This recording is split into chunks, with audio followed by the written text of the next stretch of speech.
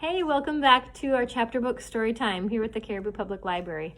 We're going to continue reading in Heidi, and I want to thank you all again for being patient with me with my time off last week at my farm. We have been lambing like crazy over the last couple weeks and just super busy. I am awake today, although we've been up at night and doing all sorts of stuff in the middle of the night with the sheep and the lambs. So thanks for being patient, and I'm back to work today. So we're going to continue reading Heidi. We're on chapter 16, and I don't know if you remember or not, but 15 ended with the doctor being convinced by Clara and her father that he should go and take a visit to Heidi in the mountains. So here we are, chapter 16. A visitor for Heidi. Dawn was breaking over the mountains, and a fresh breeze blew through the branches of the old fir trees, making the rustling sound Heidi loved so well. It woke her, and she jumped out of bed, so impatient to get to the trees that she could hardly wait to dress.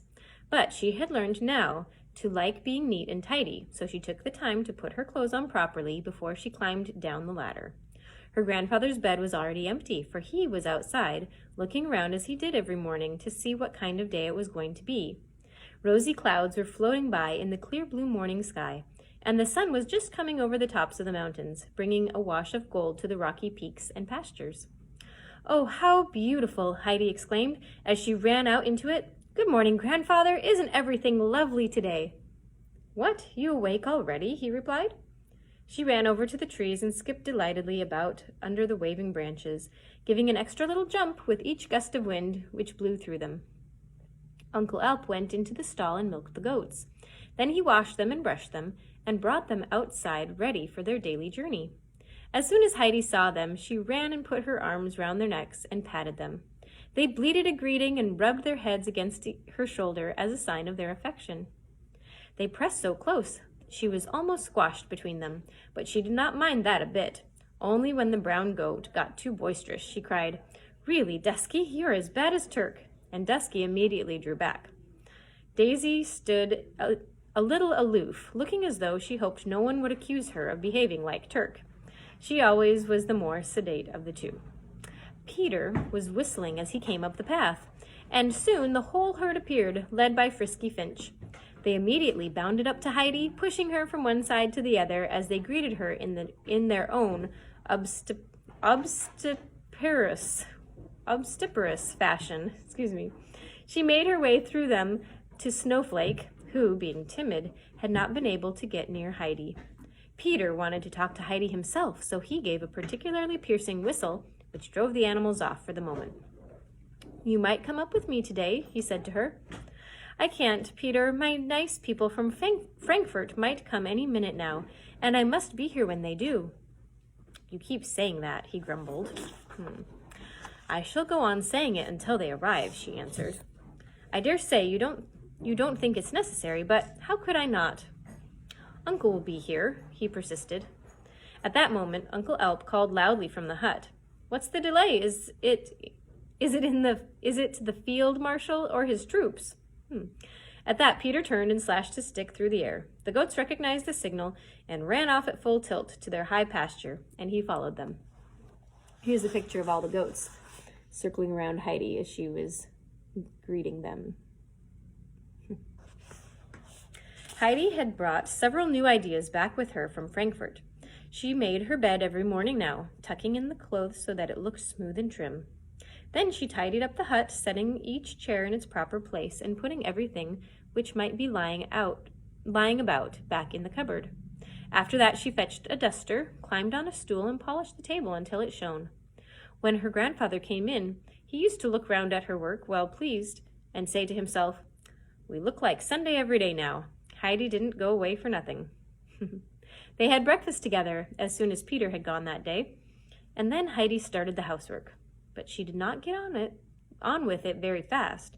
First one thing, then another, distracted her.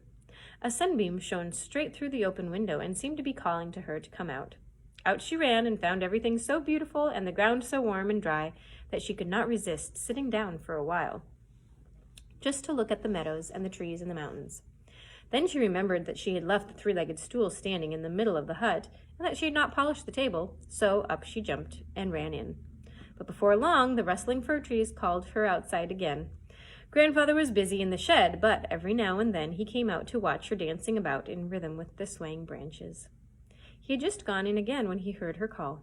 "Grandfather! Grandfather, come quickly!" He hurried out, afraid that something must be wrong, and saw her running away from him down the slope. "They're coming! They're coming!" she shouted over her shoulder. "That's the doctor in front!" He rushed on and greeted him affectionately. "Doctor! Doctor, thank you again 1,000 times!" "Bless you, child," cried the doctor. "What are you thanking me for?" "Why, for sending me home to Grandfather." The doctor's face brightened. He had not expected a reception like this. Indeed, he had felt rather gloomy as he climbed the mountain, and had not even noticed the beautiful surroundings. He had imagined that Heidi would scarcely remember him, for she had seen him very little, and was sure that she would be disappointed to see him instead of her dear friends. But apparently she was overjoyed, for she held his arm tightly and lovingly. Come, Heidi," he said, taking her hand in a fatherly way. "Take me to your grandfather and show me where you live." But she did not move. She was looking down the mountain path, puzzled. "Where are Clara and Grandmama?" she asked at last. "I'm afraid I'm going to disappoint you, Heidi," he replied. "I've come alone. Clara has been very ill and wasn't fit to travel, and so of course Grandmama stayed with her. But they'll come in the spring, as soon as the days begin to get longer and warmer." Heidi was very upset then, and found it difficult to believe that what she had been looking forward to for so long was not going to happen at all. For a minute or two she could not speak, and the doctor gazed in silence about him. Then the pleasure she had felt as she ran to meet him came back to her, and she remembered that he at least had come to visit her. She looked up at him and saw the lonely look in his eyes, which she did not remember seeing there when she was in Frankfurt. She could not bear to see anyone unhappy, least of all the good doctor, and thinking his sadness must be because Clara and Grandmother had not been able to accompany him, she tried to comfort him. "Oh, it will soon be spring," she reminded him, and herself. "Time goes quickly up here. They'll be able to stay longer then, and Clara will like that. Now, come and see Grandfather." They went towards the hut hand in hand. In her anxiety to chase the shadows from his eyes, she told him again and again how soon summer would come, and almost convinced herself of it, so that when they reached her grandfather, she called out, "They haven't come yet, but they will quite soon." The doctor seemed no stranger to Uncle Alp, for Heidi had talked a great deal about him, and the old man put out his hand and welcomed him warmly. Then they sat down together on the seat outside, and the doctor made room for Heidi beside him. Sitting there in the September sunshine, he told them how Mr. Seisman had suggested he should come, and that it seemed to him a good idea because he hadn't been feeling well lately. Then he whispered to Heidi that there was something being brought up the mountain for her, something from Frankfurt, which would give her much more pleasure than he could. This news, of course, excited all her curiosity. "I hope you'll spend as many of these beautiful autumn days as you can on the mountain," said Uncle Alp, explaining that unfortunately they could offer him no lodging in the hut, but that there was a good little inn at Dorfli. "There's no need to go all the way back to Ragaz," he assured him. "Ours is a simple little place, but clean. Then you could come up to us every day, which I know will do you good. And if you would like it, I will be your guide over any part of the mountains that you wish to see." This suited the doctor very well, and he accepted the suggestion with pleasure. The sun by now was overhead, for it was midday, and the fir trees stood motionless. Uncle Alp went indoors and brought out the table, which he placed in front of the seat. "Heidi," he said, "bring out what we need. The doctor must take us as he finds us. Our food is simple, but he will agree that the dining room is fine." "I do indeed," said the doctor, looking down on the valley, which was gleaming in sunlight. "I shall be glad to accept your invitation. Everything will taste extra good up here." Heidi ran back and forth, bringing out everything that she could find in the cupboard. She felt very proud to be helping to entertain the doctor. Grandfather was preparing the food, and came out presently with a steaming jug of milk and a piece of golden toasted cheese. Then he cut thin slices of the delicious meat, which he had dried in the open air during the summer, and the doctor enjoyed his meal more than any he had eaten that year. "This is certainly the place for Clara to come to," he declared. "She would soon be a different person if she could eat as I have today, and get quite plump and rosy." There was a man coming towards them with a huge bundle on his back, and he reached the hut. He lowered it to the ground and filled his lungs with great draughts of mountain air. Here's what came with me from Frankfurt," said the doctor. He went over and began to undo the parcel, and then said, "Now, my dear, you can unpack it for yourself." Heidi, speechless with excitement, began at once, and when all the things had been spread out, she just stared at them in amazement.